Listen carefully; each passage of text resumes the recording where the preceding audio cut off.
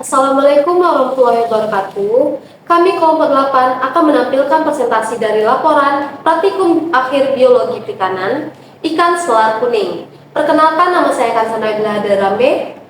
Perkenalkan, nama saya Iman Putra Jaya Gula. Perkenalkan, nama saya Erdi Darmawansyah. Perkenalkan, nama saya Harmisa Fitri. Perkenalkan, nama saya Sinta Safira Muhammad. Perkenalkan, nama saya Sofir Putri Halala. Selamat menyaksikan. Ikan selar ekor kuning, Celaroides leptolepis cuver, merupakan ikan laut kecil yang termasuk dalam famili Charangidae. Panjang tubuh maksimal ikan ini adalah 22 cm dan beratnya tidak melebihi 625 gram.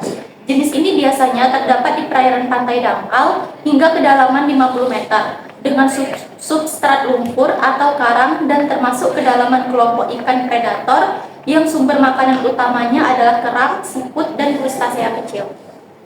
Baik, adapun tujuan kita melakukan praktikum ini yaitu satu, untuk menganalisis aspek biologi reproduksi ikan. Dua, untuk mengetahui kebiasaan makanan dan relung trofi ikan. Tiga, untuk menganalisis pertumbuhan dan umur ikan dengan pendugaan stok dalam pengelolaan sumber daya perairan. Waktu dan lokasi yaitu praktikum ini diadakan pada tanggal 8 Maret 2024 sampai 31 Mei 2024 di setiap hari Jumat pada pukul 13.30 WIB, Laboratorium Geologi Universitas Maritim Raja Ali Haji, Kampus Senggarang. Selanjutnya, adapun bahan dan alat yang kami gunakan saat praktikum.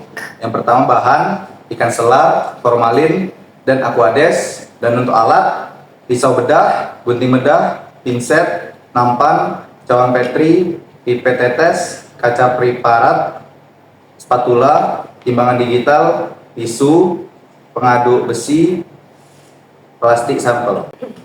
Baik, kita masuk pada hasil dari pembahasan. Yang pertama, yang dibahas yaitu distribusi kelas ukuran panjang tubuh. Distribusi kelas ukuran panjang tubuh adalah cara untuk mengelompokkan individu berdasarkan panjang tubuh mereka. Pengelompokan ini dilakukan dengan membagi rentang panjang tubuh setiap spesies dalam beberapa kelas dan menghitung berapa banyak individu yang terdapat pada setiap kelas.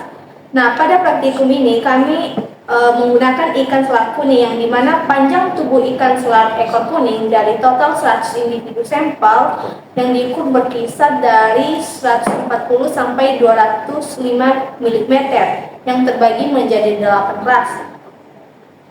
Pada PPT ada grafik. Dari grafik tersebut dilihat bahwa panjang ikan jantan lebih banyak pada kisaran 166 sampai 173 mm dengan dominan TKG pertama.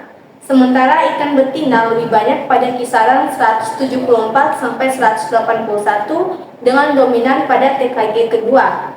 Adapun panjang 158 dan 165 mm baik jantan maupun betina memiliki lebih banyak variasi TKG.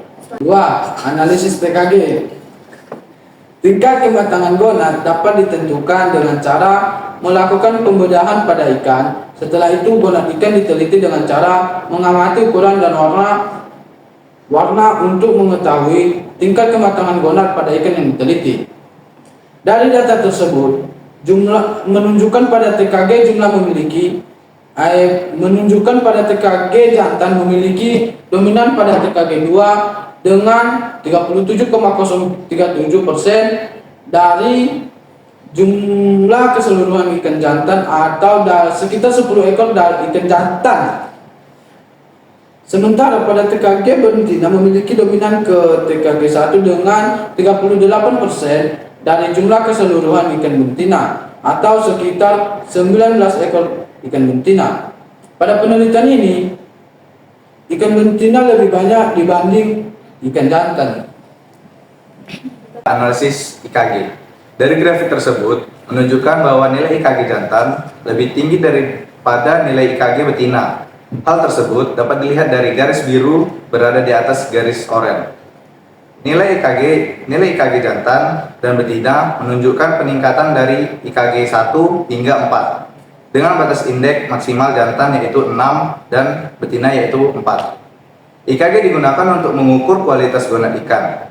Dari data tersebut dapat dilihat hubungan antara IKG dan TKG. Nilai IKG umumnya meningkat seiring dengan peningkatan TKG. IKG yang tinggi pada TKG tertentu menunjukkan bahwa ikan tersebut memiliki potensi reproduksi yang baik. Keempat, rasio kelamin. Rasio kelamin adalah perbandingan jumlah individu jantan dengan jumlah individu betina dalam suatu populasi. Nah, pada hasil praktikum ada 100 data yang dimana 77 data yang teridentifikasi jenis kelamin ikan dan sisanya 23 tidak teridentifikasi. Dari 70 data tersebut, terdapat 27 ekor ikan berjenis kelamin jantan berkisar 35%. Dan dengan ikan betina terdapat 50 ekor dengan kisaran 65%. Rasio perbandingannya yaitu 1:2, yang dimana jumlah ikan betina lebih banyak. Selanjutnya, mengenai fekunditas. Fekunditas adalah jumlah telur matang yang akan dilepaskan oleh ikan betina pada saat musim pemijahan. Dari 100 data yang terdapat pada praktikum sebelumnya, 12 data yang memiliki bobot gonad contoh dari TKG 3 dan TKG yang keempat.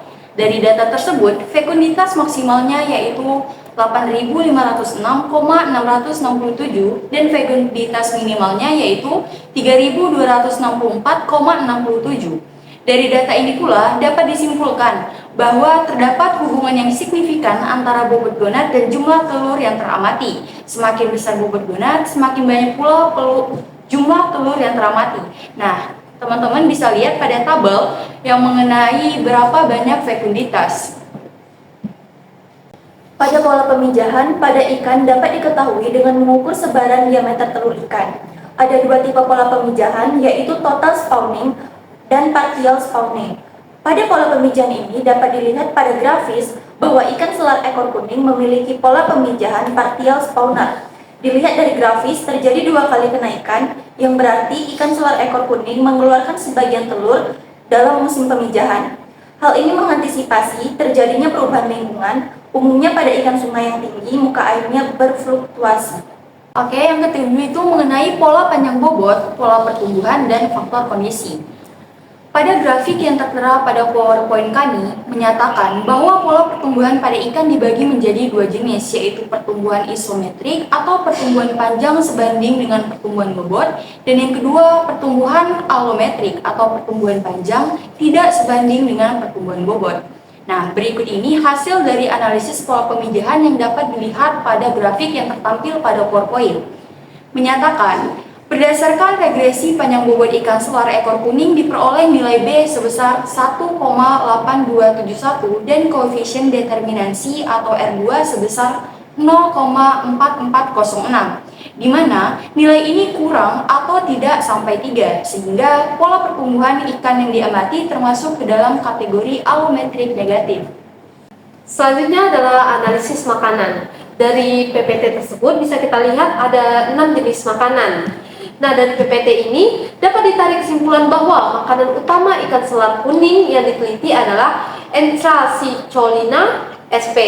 Hal ini dapat dilihat dari PPT bahwasannya nilai Li yang lebih banyak terdapat pada organisme Entracycholina sp sebesar 57,5353. Ini kawan-kawan bisa lihat di sini Entracycholina yang ini.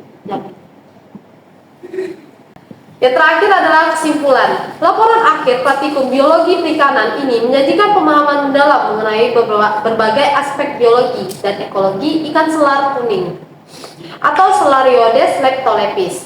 Praktikum yang dilaksanakan di Universitas Maritim Raja Ampat Haji ini bertujuan untuk mengevaluasi aspek-aspek reproduksi biologi, kebiasaan makan, serta pertumbuhan dan umur ikan selar ekor kuning. Penelitian ini dilakukan dengan menggunakan metode morfologi dan berbagai teknik analisis data biologi ikan yang terstruktur.